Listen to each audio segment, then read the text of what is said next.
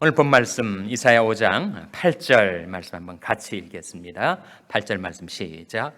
가옥에 가옥을 연하며 전토에 전토를 더하여 빈틈이 없도록 하고 이 땅 가운데서 홀로 과려하는 그들은 화 있을진저. 성경은 화와 복을 말씀하죠. 화를 받게 되는 인생이 있고 복을 받게 되는 인생이 있다. 분명히 세상에는 화도 있고 복도 있습니다. 그리고 그 화와 복은 어떻게 결정되는 것인가? 요행으로 결정되는 것인가? 그렇지 않다는 거예요. Fortune is blind라는 말이 있죠. 행운은 맹목적이다. 행운에는 눈이 없다.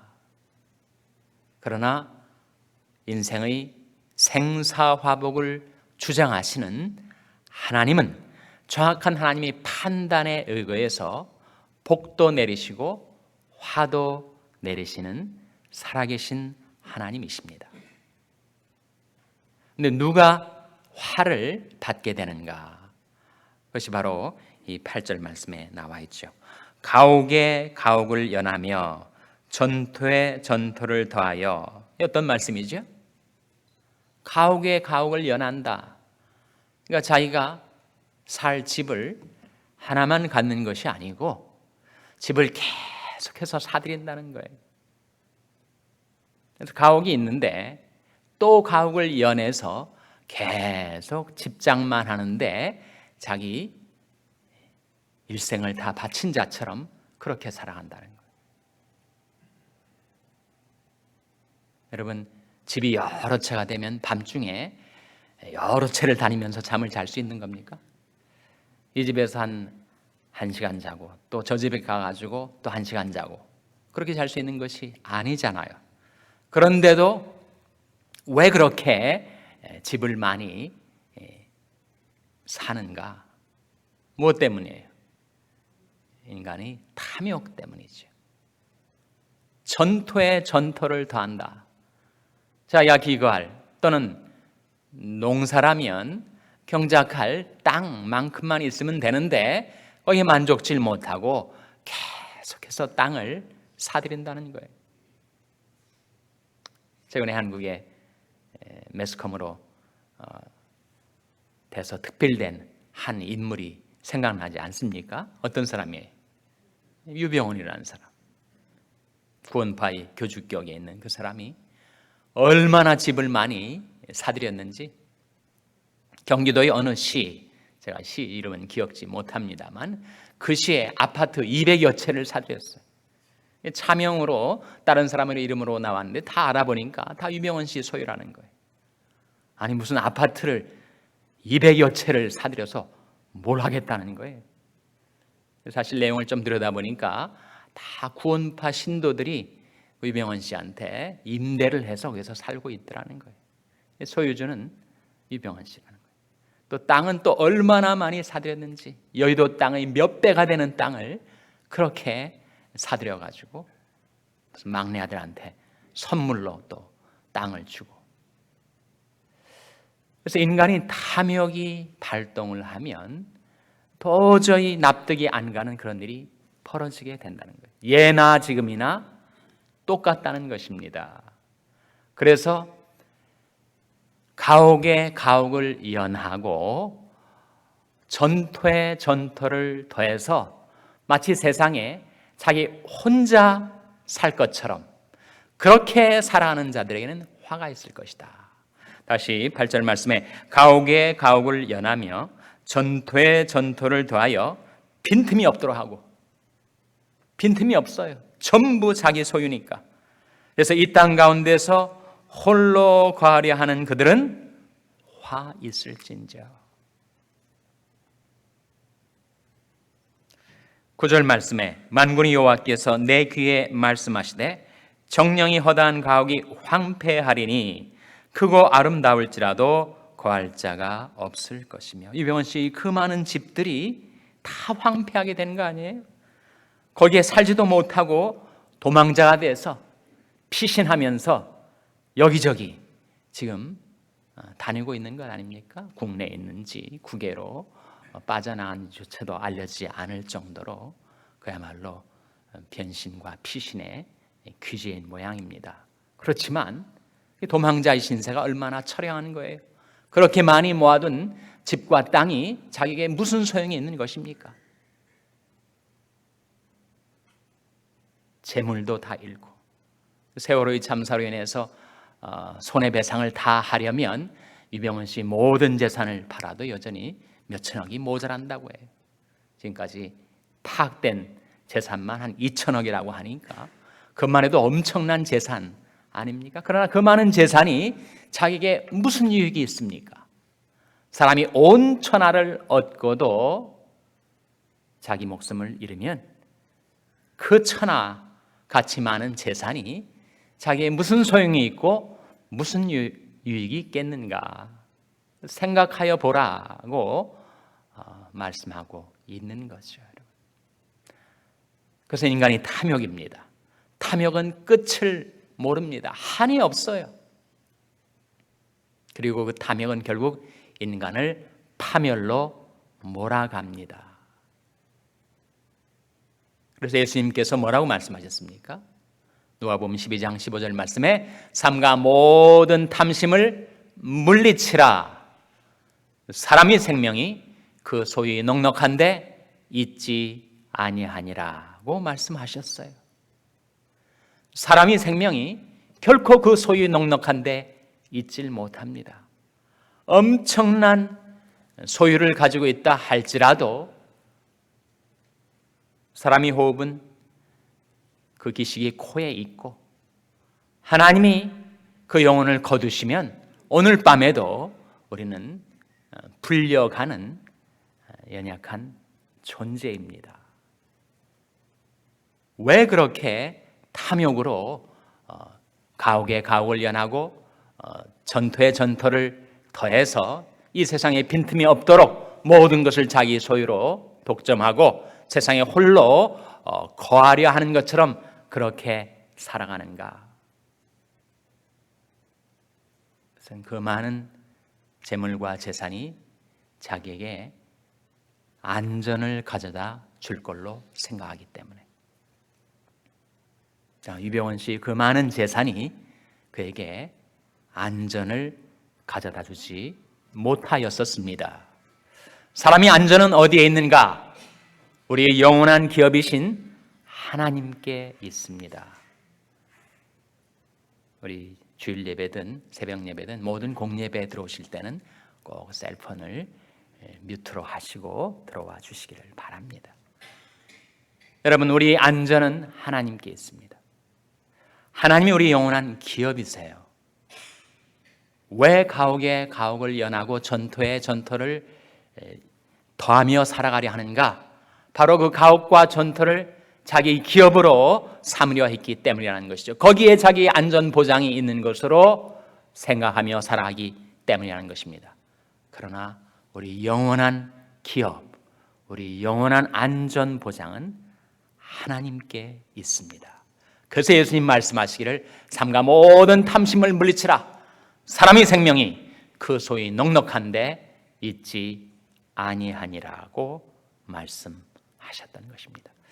우리는 이 말씀을 읽으면서 그 말씀의 배경을 잘 헤아리지 못하고 지나치기가 쉬운데 사실 이 말씀의 배경에는 여호와의 법과 바알법의 일대 대충돌이 있었던 것입니다.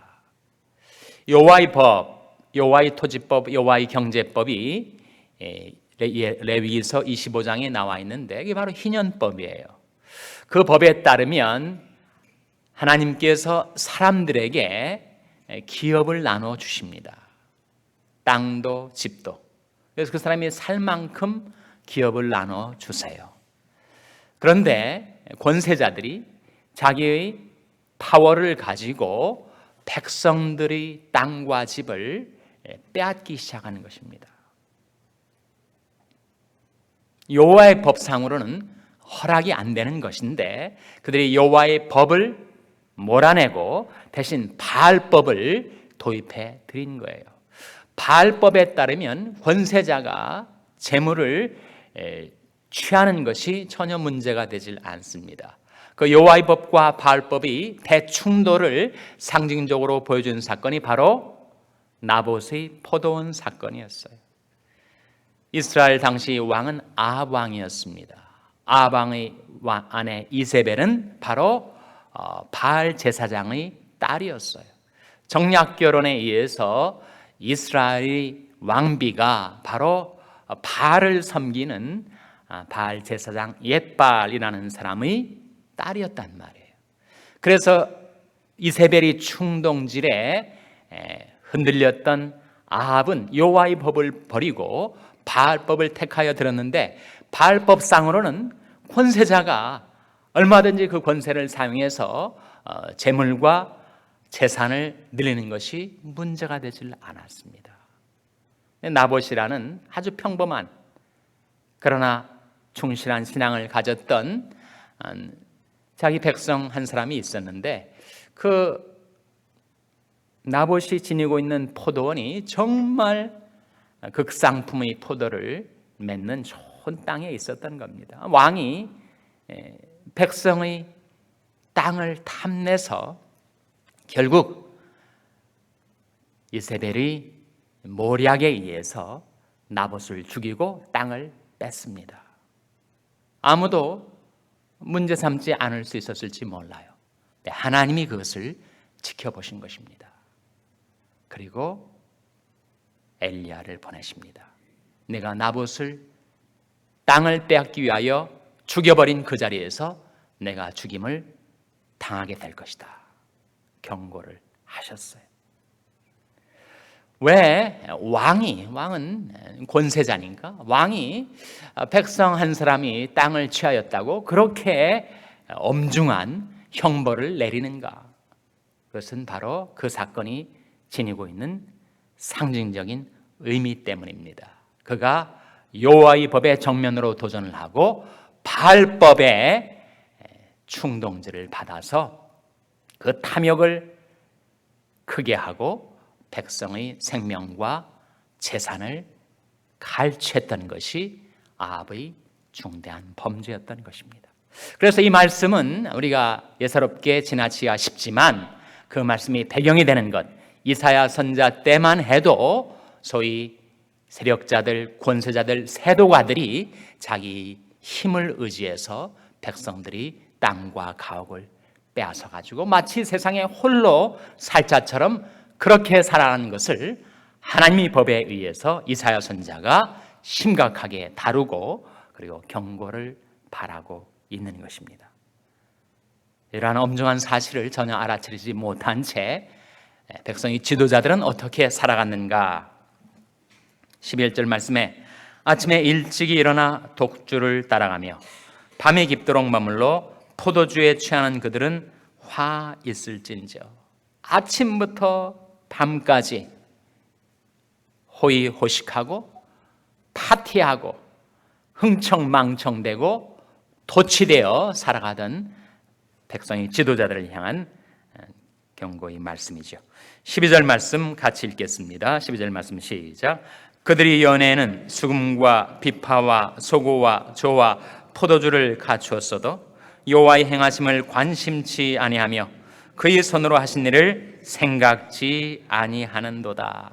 연회를 그렇게 많이 열어서 거기에다 온갖 악기들을 다 동원하고 또 온갖 가수를 다 불러서 그렇게 큰 잔치를 베풀고 온갖 극상품이 포도주들을 갖추어 흥청망청 도취해 살았던 그 당시 지도자들, 그들의 문제는 탐욕과 억압과 갈취뿐만 아니라 사실은 그 근원이 되는 그들이 결정적인 잘못이 있었는데 그것이 뭐라는 것입니까? 12절 하반절에 그들이 여호와의 행하심을 관심치 아니하며 그의 서둔하신 일을 생각지 아니하고 살아갔던 것. 여러분, 하나님의 행하심에 관심을 기울이며 살아가는 삶, 하나님이 손으로 하신 일을 생각하고 연구하고 궁구하고 추구하며 살아가는 삶. 그럼 어떻게 살 수 있는 것인가? 우리는 믿음도 부족하고 우리 영안도 흐려서 하나님이 어떻게 행하시는지, 그 손으로 어떤 일을 하고 계신지 자꾸 놓치는 겁니다. 깨닫지를 못하는 거예요. 그래서 우리가 살아가는 인생, 또 우리가 살아가는 이 세상 속에 돌아가는 모든 일 속에 어떻게 하나님이 지금 행하고 계시며 그 손으로 무슨 일을 하고 계신지를 어떻게 알 수가 있는가? 마치 이 세상은 고장난 라디오와 같아요. 방송국에서 정확한 전파를 쏘아 보내지만 수신기가 고장이 나가지고 자꾸 잡음이 나고 무슨 소린지 못 알아듣게 돼 있다는 거예요. 우리가 살고 있는 이 세상이 이와 같이 고장난 라디오와 같아서 하나님이 행하시고 계신 일, 하나님이 손으로 하고 계신 일을 자꾸 온갖 잡음이 일어나가지고 그것을 못 알아듣게 하고 있다는 것입니다. 그럼 어떻게 해야 되겠어요? 제대로 된 수신기를 장만해야 하지 않습니까? 하나님이 어떻게 행하고 계시며 하나님께서 무슨 일을 그 손으로 하고 계신지를 정확하게 볼 수 있고 들을 수 있고 알 수 있는 수신기를 회복해야 되지 않아요? 그 수신기가 무엇입니까? 그 수신기가 바로 저와 여러분이 들고 있는 이 성경책, 하나님 말씀이라는 거예요. 그래서 하나님이 어떻게 하나님의 공의와 판단으로 지금도 일을 하고 계신지, 행하고 계신지, 그 손으로 역사하고 계신지를 말씀을 통하여 분명히 깨닫고 그 하나님을 경외하고 그 하나님을 신뢰하고 그 하나님을 영원한 기업으로 모시고 그 하나님을 여러분이 영원한 안전 보장으로 의지해서 하나님이 복을 받아